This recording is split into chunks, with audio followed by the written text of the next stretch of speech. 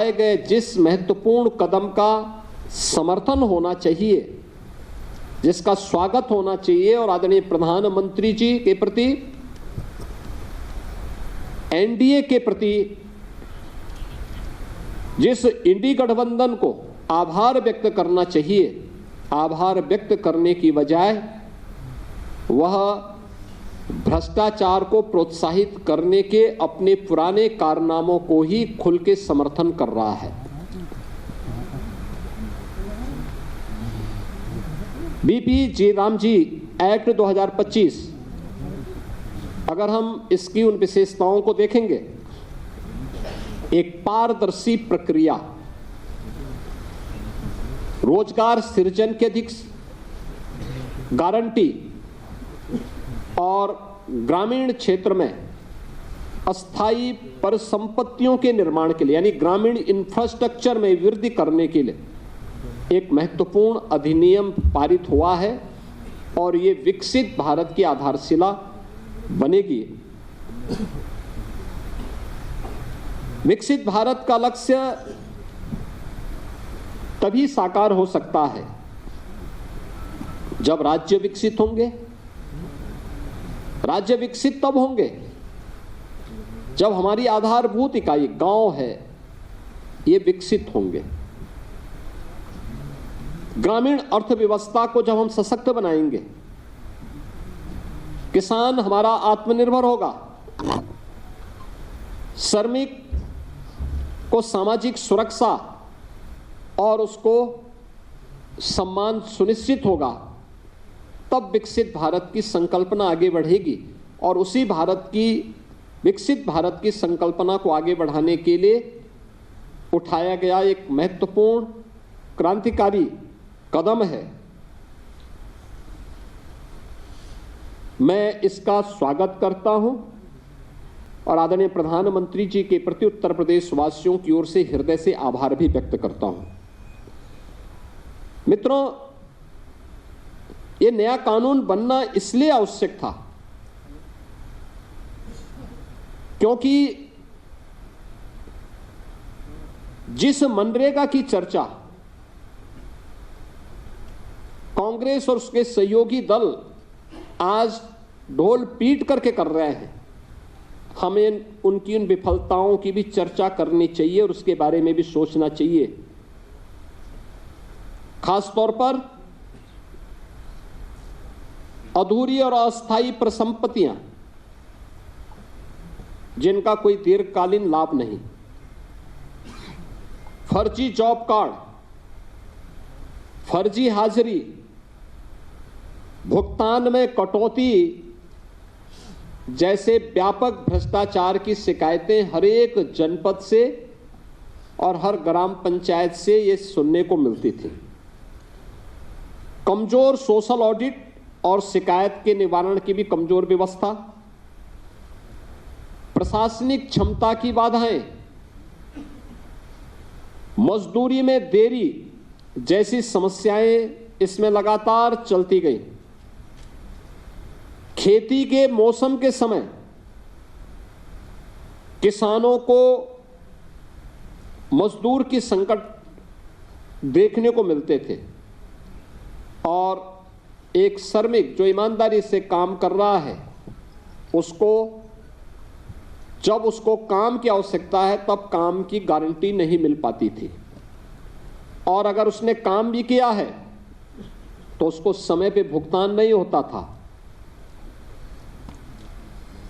रोजगार सृजन का विकास और अस्थायी परिसंपत्तियों के निर्माण का एक अस्थायी मैकेनिज्म इस योजना से बनाने में पूरी तरह विफल रही हैं और इसलिए अब नए संशोधन में रोजगार की गारंटी 100 दिन से बढ़ाकर के 125 दिन किया गया है। साप्ताहिक वेतन यानी साप्ताहिक भुगतान होगा। ऐसा नहीं कि महीनों और वर्षों लग रहे हैं, अब हर सप्ताह लेबर ने काम किया तो साप्ताहिक उसे भुगतान होगा और देरी होगी तो इसका मुआवजा भी देना होगा। यानी उसके लिए अतिरिक्त उसको ब्याज देना होगा। समय पर काम नहीं मिलने पर बेरोजगारी भत्ता अब कानूनी अधिकार हो गया है। यानी अगर कोई व्यक्ति कहता साहब मुझे काम चाहिए और काम नहीं दे रही है ग्राम पंचायत, तो उसके बदले में उसको भत्ता की गारंटी होगी। खेती के मौसम में किसानों को मजदूरों की कमी न हो, इसके लिए राज्यों को बुआई और कटाई के समय 60 दिन तक कार्य का विराम देने का अधिकार भी राज्यों को दिया गया है। राज्य तय करेंगे कि कब खेतीबाड़ी का समय है, उस समय मनरेगा के कार्य स्थगित रहेंगे, खेतीबाड़ी के कार्य के लिए लोग पर्याप्त संख्या में लोग मिल पाएंगे और 125 दिन की गारंटी वर्ष भर में जो भी कार्य करने के इच्छुक हैं उन श्रमिकों को प्राप्त होगा।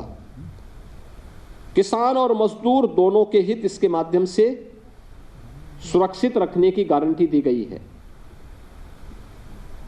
खोदने और भरने वाली कामों पर विराम होने से स्वाभाविक रूप से जिनके हित प्रभावित हो रहे हैं वो चिल्ला रहे हैं, क्योंकि वो गड्ढा खोदते थे फिर उसको पाटते थे।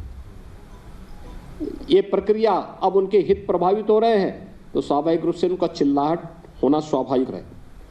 अब इसमें 4 श्रेणियां दी गई हैं जिसका निर्धारण ग्राम पंचायत स्वयं तय करेगी। एक, मनरेगा का उपयोग जो पहले होता था वह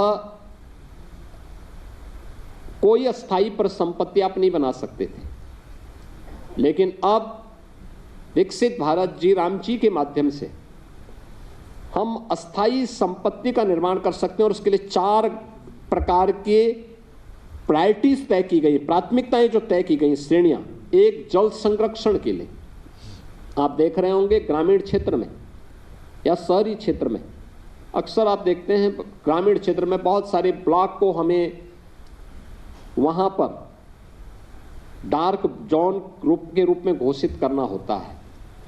पानी की मात्रा बहुत नीचे जा चुकी होती है, कोई वहां पे स्थायी व्यवस्था नहीं बन पाती है। आप इस योजना के माध्यम से जो मनरेगा में व्यवस्था नहीं थी, विकसित भारत जी राम जी के माध्यम से गारंटी दी गई है कि वह इसके माध्यम से जल संरक्षण की अस्थायी व्यवस्था क्रिएट कर सकते हैं, यानी रेन वाटर हार्वेस्टिंग की व्यवस्था, चेक डैम की व्यवस्था और उससे जुड़ी हुई अन्य सुविधाओं की को वहां पे गांव में वो क्रिएट कर सकता है। ग्रामीण बुनियादी इंफ्रास्ट्रक्चर के माध्यम से वह इन चीजों को वहां पे विकसित कर सकता है, सड़क, नाली, इन सब का विकास कर सकता है। आजीविका संबंधी इंफ्रास्ट्रक्चर को भी इसके माध्यम से क्रिएट कर सकता है, खेल का मैदान बना सकता है, ओपन जिम का निर्माण कर सकता है।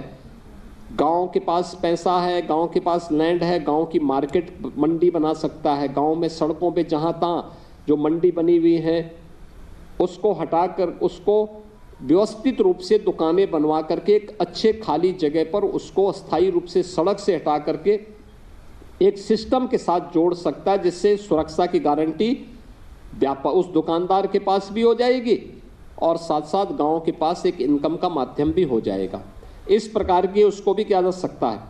और प्रतिकूल मौसम घटनाओं से निपटने और आपदा तैयारी हेतु भी विशेष कार्य किए जा सकते हैं, यानी बाढ़ प्रबंधन के लिए गांव से जुड़े हुए छोटे छोटे कार्य हैं, उसके लिए शासन पे उनको निर्भर रहना पड़ता है। अब इसके लिए निर्भरता की आवश्यकता नहीं, ये सारी चीज़ें वहाँ पर उपलब्ध। आप इस विकसित भारत जी राम जी की इस स्कीम के माध्यम से इस अधिनियम आपको एक गारंटी दे रहा है।